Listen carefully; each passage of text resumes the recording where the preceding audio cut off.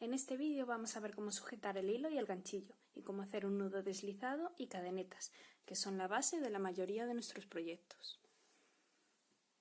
El ganchillo va en la mano dominante y puedes sujetarla como si fuera un lápiz o como un cuchillo. Eso lo que te sea más fácil. La lana puedes sujetarla como quieras siempre y cuando puedas deslizarla por la mano y tensionarla. Yo lo tensiono así, pasando por el meñique hasta el índice y con el pulgar y el corazón sujeto el trabajo. Así yo puedo ir trabajando en esta zona. Otra forma, por ejemplo, podría ser así, tensionar con el índice y el corazón y sujetar el trabajo con el anular y el pulgar. Con el tiempo encontrarás la forma que mejor se te adapte a tu forma de trabajo. Enseñarte dos formas de hacer el nudo deslizado o nudo corredizo. En la primera, enrollas alrededor de los dedos la hebra, pasando por encima del lado corto de la lana, con el ganchillo pasas por dentro del bucle, tiras hasta que quede algo así, sigues tirando, ya está hecho el nudo y ahora se ajusta al ganchillo, así. Si tiras de él sin nada, se deshace.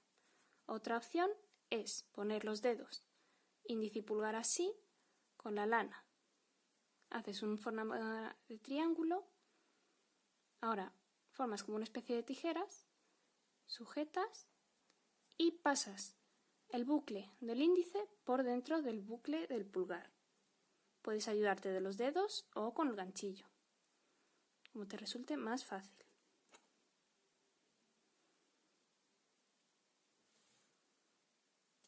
Y ya estaría.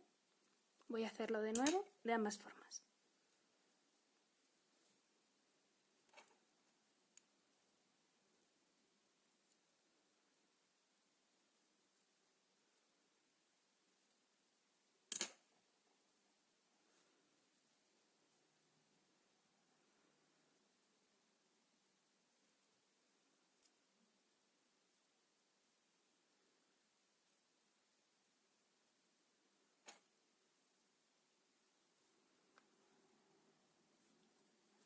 Puedes retroceder el vídeo las veces que quieras hasta que te salga.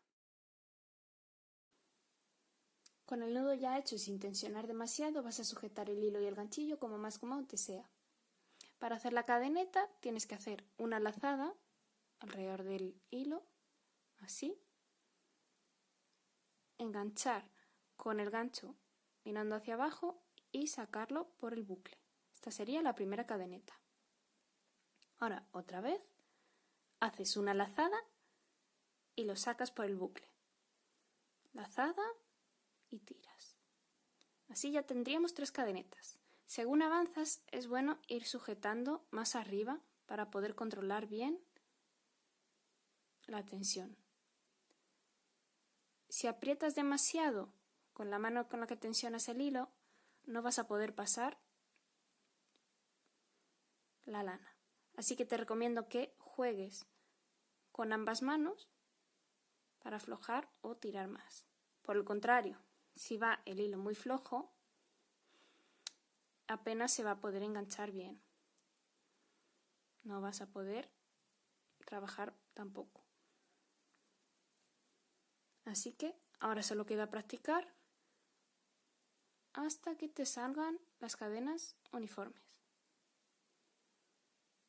¿Ves? Ahora vuelvo a sujetar aquí y va quedando el trabajo hacia abajo. Las cadenetas se componen de 2 bucles frontales y uno trasero. Para poder contarlas es muy cómodo ir contando esta forma de V que representa cada cadeneta. Entonces aquí por ejemplo tendría 1, 2, 3, 4, 5, 6, 7, 8, 9 y 10. El bucle que va en el ganchillo no se cuenta porque no está terminada la cadeneta. Por detrás igual, a ver si se ve, 1, 2, 3, 4, 5, 6, 7, 8, 9 y aquí debajo 10. Si tienes una tira muy larga de cadenas, te recomiendo marcarlas cada 10 cadenetas o 15 por si pierdes la cuenta, que sea más rápido el volver a contar.